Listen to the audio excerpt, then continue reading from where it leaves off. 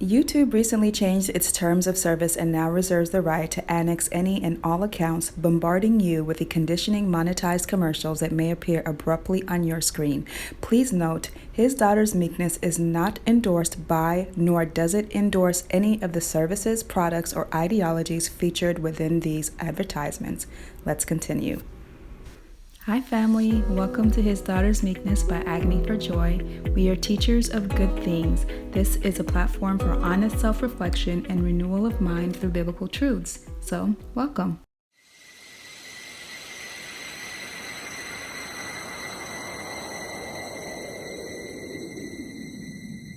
And upon her forehead was a name written, Mystery Babylon the Great, the mother of harlots and abomination of the earth. Revelation 17:5. For the mystery of iniquity doth already work. Only he who now letteth will let, until he be taken out of the way. 2 Thessalonians 2:7. In the sacred word of the Most High, we are told of a mystery of iniquity who goes by the name of Babylon the Great. Although we will not be covering how to discover who Babylon the Great is on this channel, briefly, if you go to Daniel 2, you will discover that Nebuchadnezzar was troubled by a dream in which he saw a statue having 4 different metals eventually being crushed without hands. You will also see in the same book of Daniel chapters 7 and 8 that Daniel himself was given a dream that he was troubled by. In his dream, he saw 4 beasts, which an angel eventually came and told him meant 4 kingdoms, and gave him points and clues on how to determine what they were, and told him to seal up the book because it was not for his time, but for our time. As you go forward in your study, using these clues and using the principle of Isaiah 28, line upon line, precept upon precept, here a little and there a little, you will discover that this Babylon the Great is none other than the Catholic religious system. With that said, we want to reiterate that this is not talking about the precious members of the Catholic denomination, but rather the Catholic system, its principles, and everything that it is built upon. To learn more about Babylon the Great, we strongly encourage you to read the book of Daniel along with Revelation, particularly chapters 12, 13, 14, 17, and 18. May the Most High bless your study. Moving forward, by her own admission, Mystery Babylon has told us that her mark of authority is Sunday sacredness. It is no surprise because Scripture reveals in 2 Thessalonians 2:4 that this power opposes and exalteth itself above the Most High and truly believes that it is the Most High on earth. Furthermore, we do see in the book of Daniel chapter 7 that this same power changes times and laws. Indeed, it is a mystery of iniquity. In reading Amos 3 along with Deuteronomy 29:29, we see that the Most High will not do anything unless he reveals his secrets first to his servants the prophets. And all the secret things belong unto the Most High, but everything he reveals belong to us and are for us and our children. That is you and that is me. To that we say praise his name. What is done in darkness eventually comes to light, sometimes by the confession of the very entity that is working against good. Taking a thorough dig through history, one can see that Mystery Babylon has always found a way from time to time to reveal her wrongdoings only by the grace of the Most High, so that his children might see the prophecies being fulfilled and believe. Now, the sacred text tells us that there is a mystery of iniquity that already works. Mystery Babylon herself has taken the time to tell us what that mystery is. Let us read it here. Published in 2004, we read, "The mystery of the Trinity is the central doctrine of the Catholic faith. Upon it are based all the other teachings of the Church. Handbook for Today's Catholic, page 11. That means the practice of praying with rosary beads, the worship of Mary, the worship of idols and symbology during their Mass services, the Eucharist, and every other thing that the Catholic Church or the Catholic system partakes in is based on this mystery of the Trinity." So what exactly is the Trinity? Before we answer that question, let us go to a space in time when a great controversy commenced in the heaven of heavens. When we go to the book of Ezekiel 28, starting in verse 12, we find a depiction of a sad account that took place in heaven over the course of time. Here we see a covering cherub who was as perfect as any angel could get. He was wise, he was beautiful, favored above all the other angels. He was bedazzled in the most precious stones and was anointed until iniquity was found in him. In reading Isaiah 14:12 onward, we learn that this angel, who was then known as Lucifer, was determined to exalt his own throne above the stars of Yahuwah and be like the Most High himself. Consequently, Lucifer was cast out of heaven along with a third of the angels who sympathized with him. That instance, he went from being Lucifer the light bearer to Satan the arch enemy of Yahuwah and all things good.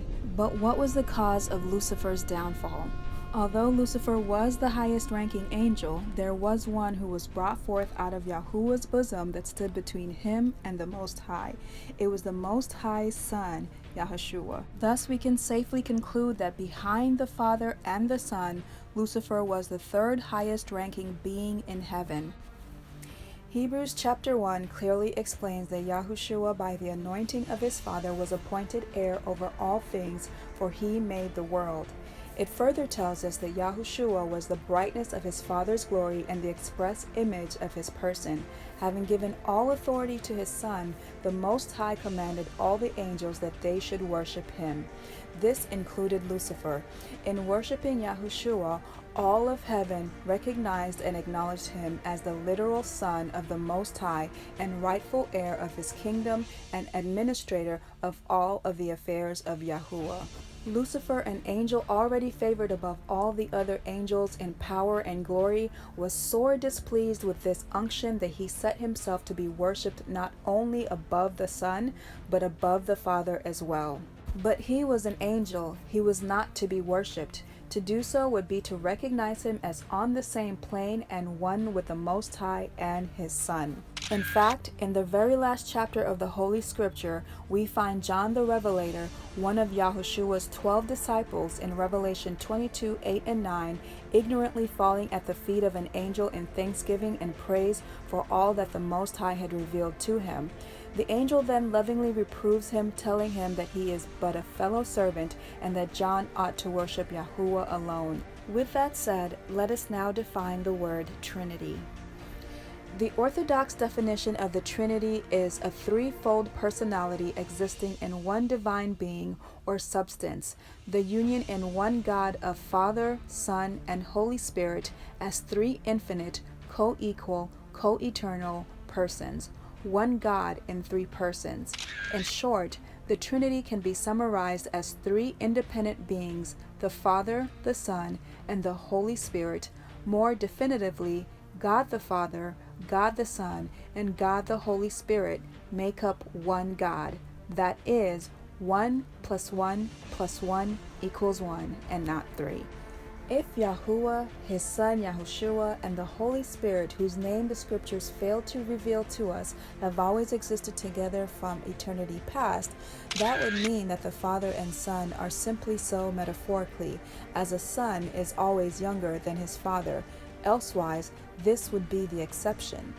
Furthermore, it would be a wonder as to what the role of the Holy Spirit was prior to the creation of all things thereafter. After all, the Most High had placed all of his biddings in his Son's care. In 1 John 1:3, John shared that the fellowship of a true believer is with the Father and with his Son, Yahushua. John further tells us in 1 John 2:22 and 23 that he who denies that Yahushua is the Messiah is not only a liar, but is Antichrist, because in doing so, that person also denies the Father. So whoever denies the Son also automatically removes himself from possessing Yahuwah as his Father. Yikes. It is often implied that the Trinity is a Christian doctrine. However, looking through history, we see that Trinitarianism is a concept that has been around amongst pagan religions from the beginning of time. In fact, the word Trinity is not even in the sacred text. That said, our goal is not to focus on what is not in Scripture, but rather what is. This point onward, we will simply take some of the questions often surrounding this topic and allow Scripture to provide the answers itself, for it is its own expositor. Please remember that this topic is exhaustive and can and should be expounded upon in your personal studies. It is often said that those labeled as non-Trinitarians believe that Yahushua is a created being. When one corrects that notion by stating that they do not believe that Yahushua is a created being, but that he is begotten as the sacred text proclaims, believers of the three-in-one Godhead usually follow by saying Yahushua was begotten at the miraculous incarnation, his entrance into the earth as an infant. To be begotten is to be born, as we see all throughout Scripture in the generational chronology of both the children of good and evil. One of the most well-known scriptures in the sacred text, even by non-believers around the globe, is John 3:16. For the Most High so loved the world that he gave his only begotten Son, that whosoever believeth in him should not perish, but have everlasting life.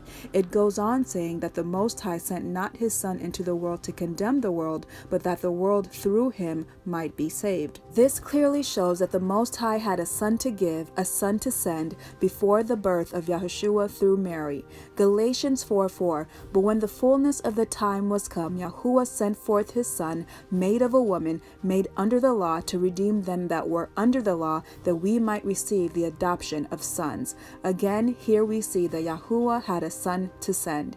In fact, in the Old Testament prior to the incarnation of Yahushua, we find a beautiful testimony of 3 young Hebrew men thrown in a fiery furnace after telling the king that the only God they would bow down to is the Most High above.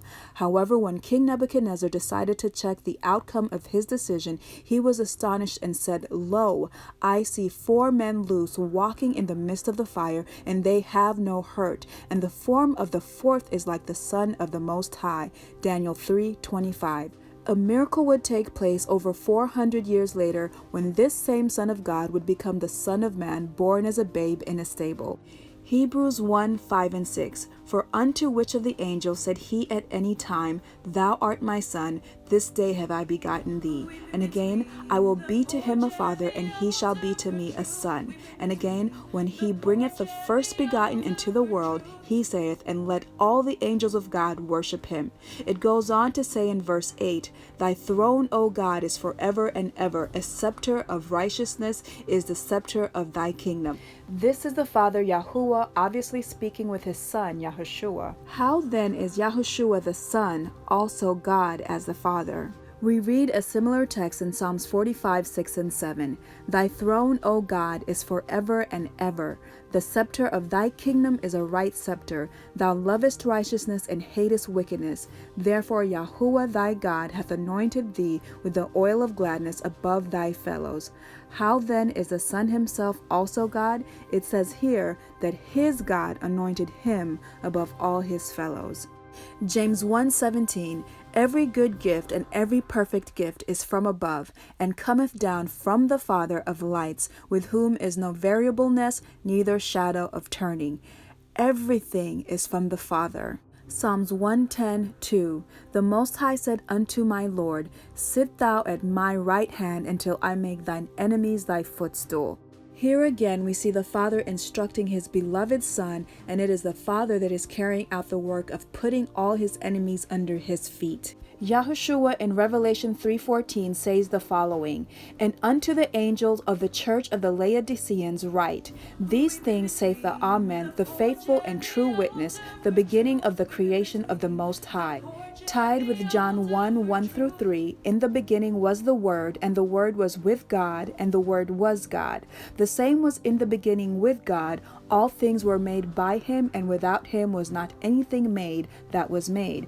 We clearly see here that the Son of the Most High was in the beginning with him as a faithful and true witness of his Father's handiwork of the creation of all things. Ephesians chapter 1 is most evidencing of this fact. Ephesians 1:11-12, In whom also we have obtained an inheritance, being predestinated according to the purpose of him who worketh all things after the counsel of his own will, that we should be to the praise of his glory, who first trusted in Yahushua, Continuing in verse 21, far above all principality and power and might and dominion and every name that is named, not only in this world, but also that which is to come, and hath put all things under his feet, and gave him to be the head over all things to the church, which is his body, the fullness of him that filleth all things to the church.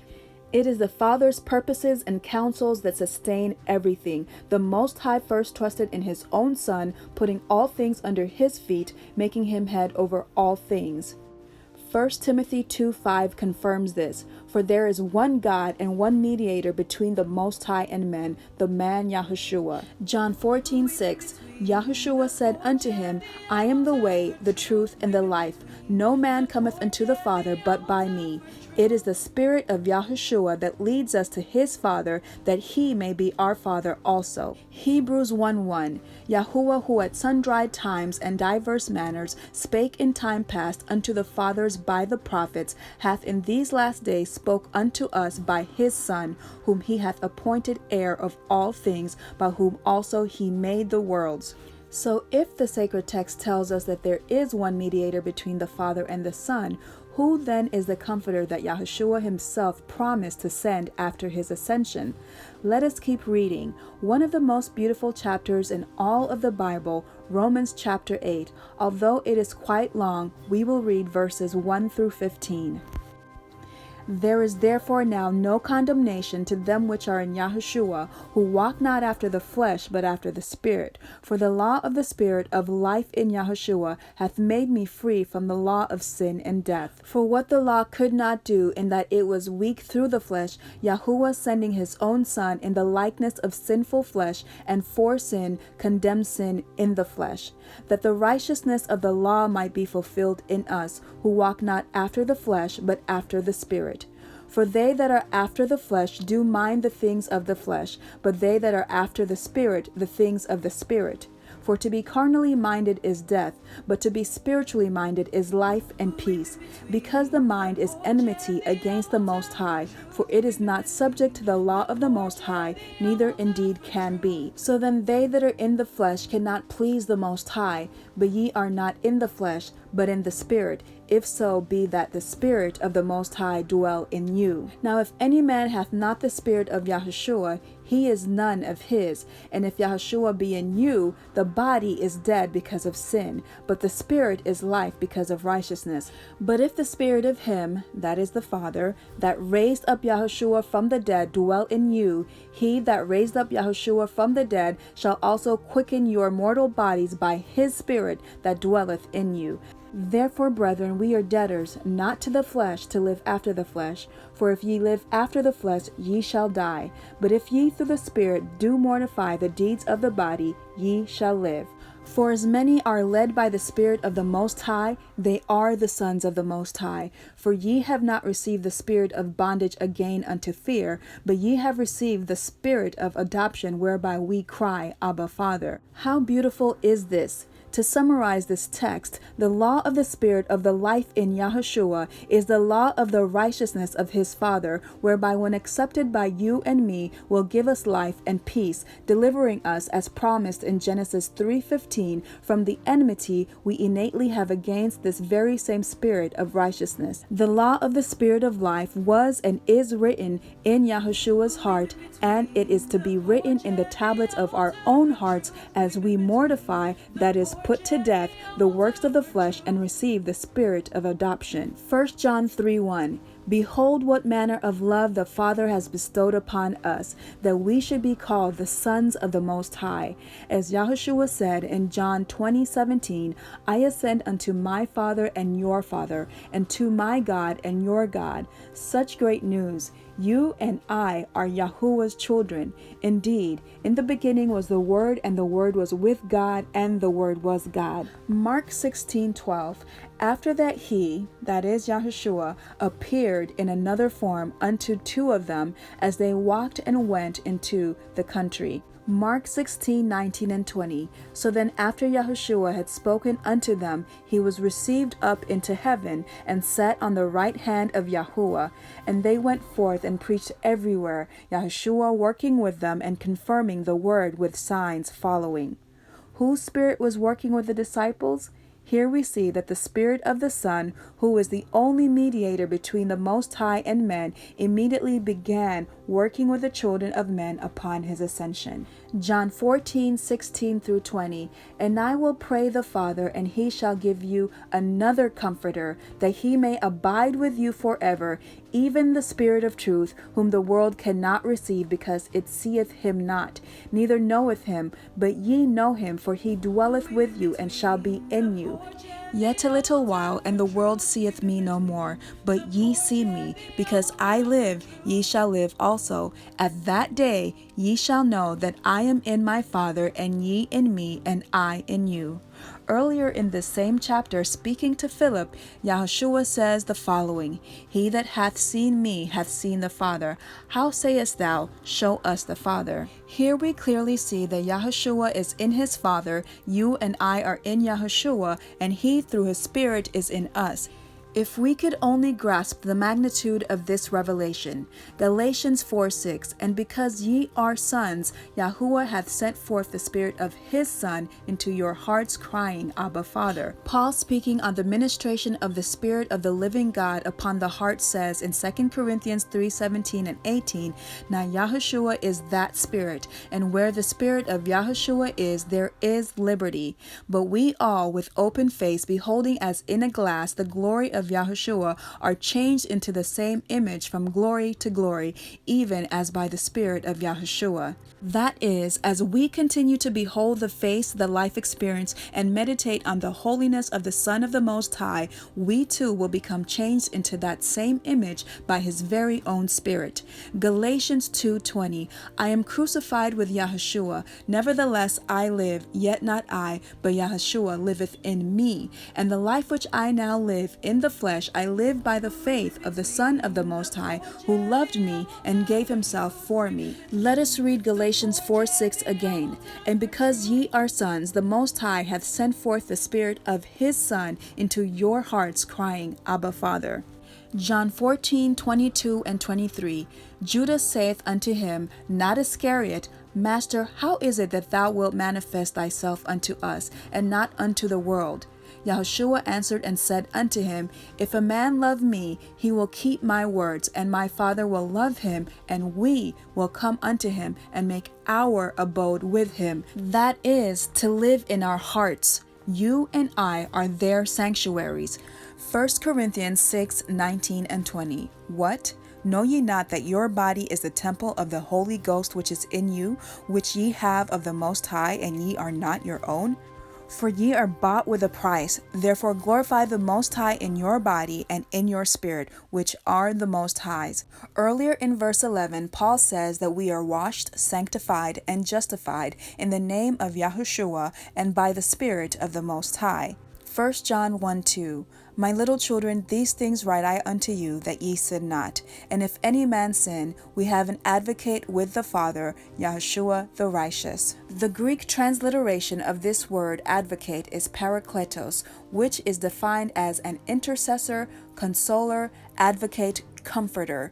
Yahushua is our intercessor, our mediator, our comforter. So when Yahushua in John 14:16 and 17 says that the Most High would give us another comforter who is the Spirit of truth, he fails not to clarify whom exactly would be sent.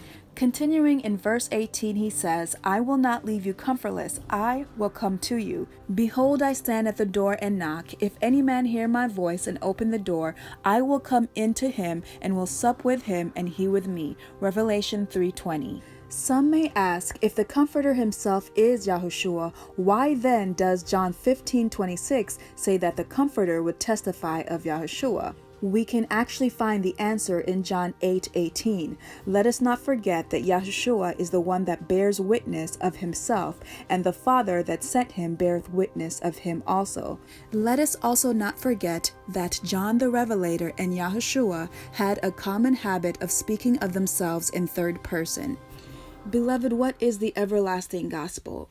1 Timothy 3:16, and without controversy, great is the mystery of godliness. God was manifest in the flesh, justified in the spirit, seen of angels, preached unto the Gentiles, believed on in the world, received up into glory.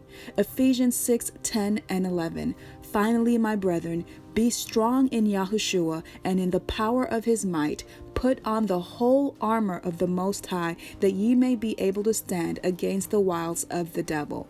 What was the power of Yahushua's might? It was the entire armor of his Father. Yahushua had on the belt of truth. On his chest was the breastplate of righteousness. He went nowhere without his feet shod with the preparation of the gospel of peace. In fact, in the 53rd chapter of Isaiah, we are told that he was oppressed and afflicted, but never once opened his mouth.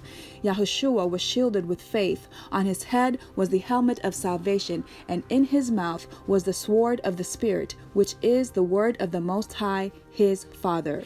John 12:50. And I know that his commandment is life everlasting. Whatsoever I speak thereof, even as the Father said unto me, so I speak.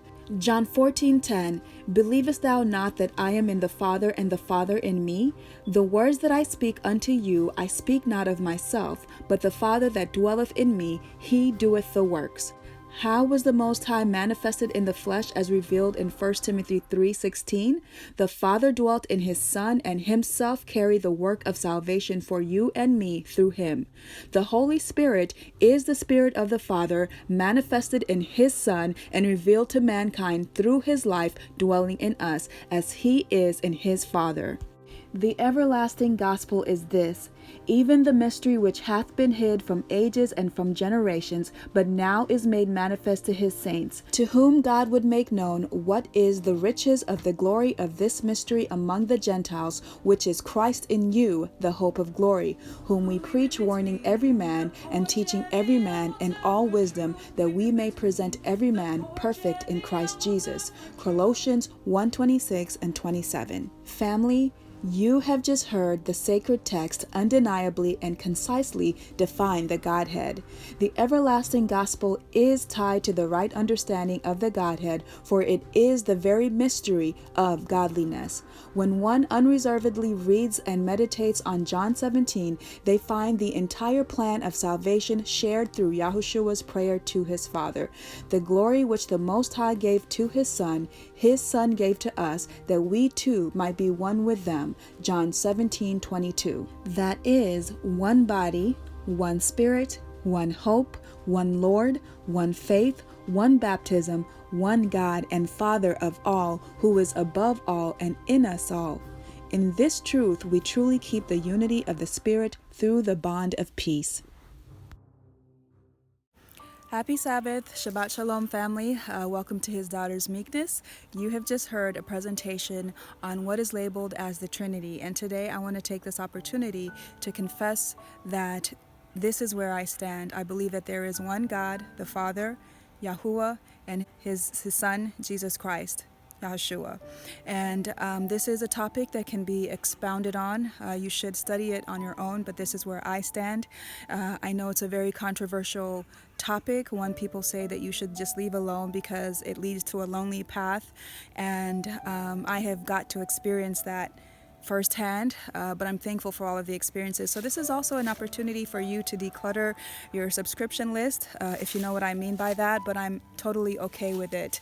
I wanted to also share an extended greeting that we see throughout the New Testament, especially with Paul and a few of the other disciples in his salutations to the churches, which is grace and peace to you from God the Father and our Lord Jesus Christ. And I think that is something that we should really take heed to and pay attention to.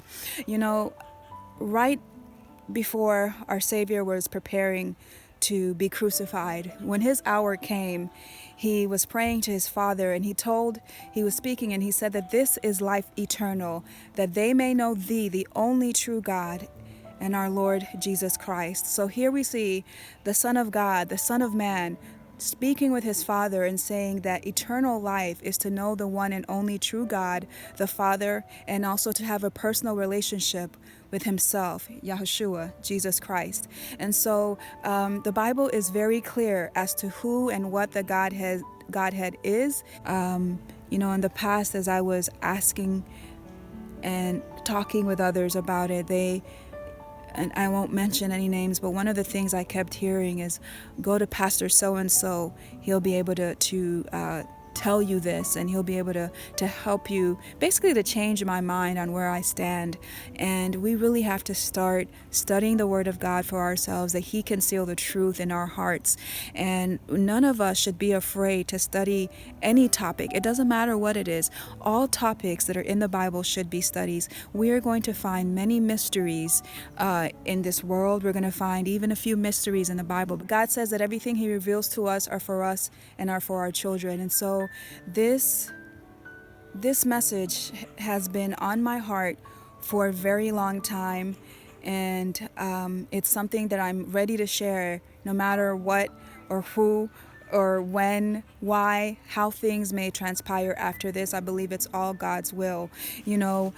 Paul says something very important in 1 Corinthians 8:6. He says, "But unto us there is but one God, the Father, of whom are all things, and we in him." And then he also goes on by saying, "And our Lord Jesus Christ, by whom are all things, and we by him." And so even the fact that he changes that tells us exactly who the Father is, who our God is, and who Jesus Christ is, the Son of God. When you think about the death of Jesus Christ, or why he was crucified, he wasn't crucified because he was saying that he was God himself, but rather that he was saying he was the Son of God. The Israelites, the Pharisees, here they were waiting for the King. Here they were waiting for the Son of God. And here the Son is telling them that he is who they've been waiting for, and yet they couldn't see it right in front of their face. They were too prideful. And so there is so much about this topic that is available through the scriptures, but also throughout the historical publications of our time. I think one of the things that I'd like to share is that there is a book out there by Alonzo Trevor Jones entitled Ecclesiastical Empires, and it's about the pagan practices and power of the Roman Empire and Sunday law. So when church and state unite, it is through this mystery of the Trinity. In fact, in Laudato Si, I don't even know if I'm pronouncing that right, he says that the mystery of the Trinity is what is going to bring about world solidarity, which is the New World Order. So there is so much that can be said about this, that I really personally believe that we all have to study this topic for ourselves. It's very interesting, and forgive me right now because my words are failing me, because this topic is just one that has been just penetrating and thriving and throbbing in my heart. So take your time, do some study. I'm going to put down a list of topics on how to research and Google these things. And I, believe it or not, what I'm going to say is crazy or may sound crazy, but I believe it is true. When I was doing my research, there was so much on this topic, pro and con, for Trinity and non-Trinitarianism, as they are labeled. However, now, just as they've been doing a lot of cleanup on Google, a lot of cleanup on the internet, you are barely going to find anything that talks about the Trinitarian concept in a negative light. All of the sites that I have been going through over the past few years, a lot of them, they are hidden in the algorithms. So I know this sounds crazy, but this is what I am experiencing. This is what I'm seeing. And I think there is something to be said about that. So I pray that our good, gracious, merciful Father will lead you as you do your own personal study. And one thing I'll say is, no matter where it lands you, If you are serving the Most High, if you are serving our Father and our Lord Jesus Christ with all of your heart, don't worry. If you are in error, the Lord is going to pull you out. That is something we must truly believe because His word says so. Now unto Him who is able to keep us from falling, to the only wise God, our Father and our Lord Jesus Christ. Nobody can take you away from the salvation, from the God that has created you and has put you in this path and in this light. We are followers of truth, of the way, of the life, and we are looking to heaven to be our teacher, no one else. So don't be afraid to look through the Word of God and search these things out for yourself and question what your understanding on anything. You know, he is the one that keeps us through all things, and we have to remember that the Lamb, or the throne of the Lamb, is established in mercy. That's what we hear and see in I believe it is Isaiah 15:5, and God's throne is a throne of mercy. He knows that we are fickle. He knows that we are feeble. He knows that we are trying to know who He is and get to understand Him. But we have every right to search every doctrine, every belief for ourselves and believe that He's going to keep us from falling. And I trust that, you know. And if I am in error, if I'm studying, He's going to pull me out of it, just as He always has any other error. So, again, this is kind of what I've been wanting to share for a long time, and I haven't had peace to make any other video but this. And in fact, this one took me so long to do because of the attacks of the enemy, I believe, on my system, the technological glitches that I have experienced making this video, and it's been the hardest video to create. So anyway, there are a lot of flaws in it, but I pray that the main gist will be understood. Please pardon the background music. I realized later that it was too loud. However, by the time I realized it, most of it had already been finalized, and all the little elements that I could have used to edit that video, I had erased to create more space. So that's what's going on there. But I do pray that you were blessed by it. And again, do your own study, do your own research. Don't be afraid to do that. I remember when I first shared this, or my understanding of it, the backlash that I have received. And I pray that one of these days I can share with you my personal testimony as to where I'm at now, how I've gotten here, and the things that have taken place just because of me sharing what I have shared with you. So to God, as I always say, to God be the glory. He knows everything. He has His timing. And I pray that this will be a blessing to you as you have watched it and listened to it, and especially have done your own study. I'd like to take a short moment to just share a word of prayer, if you don't mind. Our Father which art in heaven, to you be all the glory, the honor, the praise, wisdom, dominion forever and ever. I thank you so much for the way you are reaching your children, how you are teaching us things that have been hidden and are now coming to light. Truth has always been, and you reveal it in your timing for your people, and you only give it to those that are willing to search for it. And so, Father, I just thank you that you are going before us and have sent your heavenly angels to guide us, and your Holy Spirit to be in our hearts as we study. Help us to unlearn the things that we have learned that are errors. And as you re-educate us, Father, may you write these on the tablets of our hearts as you have engraved the 10 Commandments on stone. We worship you, and I pray that our worship would be in truth, a pure and undefiled religion. Help us not to be afraid to be shunned. Help us not to be afraid to be separated. Help us not to be afraid to lose so that we can gain the one and only true God and our Lord Jesus Christ. And we know that for this reason we were birthed. For this reason are we here sharing this message and believing and trusting in you that you will keep us from falling. In the name of your precious Son, so let it be. My King is coming. Daughters of Zion, your redemption draweth nigh. I've got to be ready. If you would like to hear this or other messages presented at your church or local community, please email us at info@hisdaughtersmeekness.org.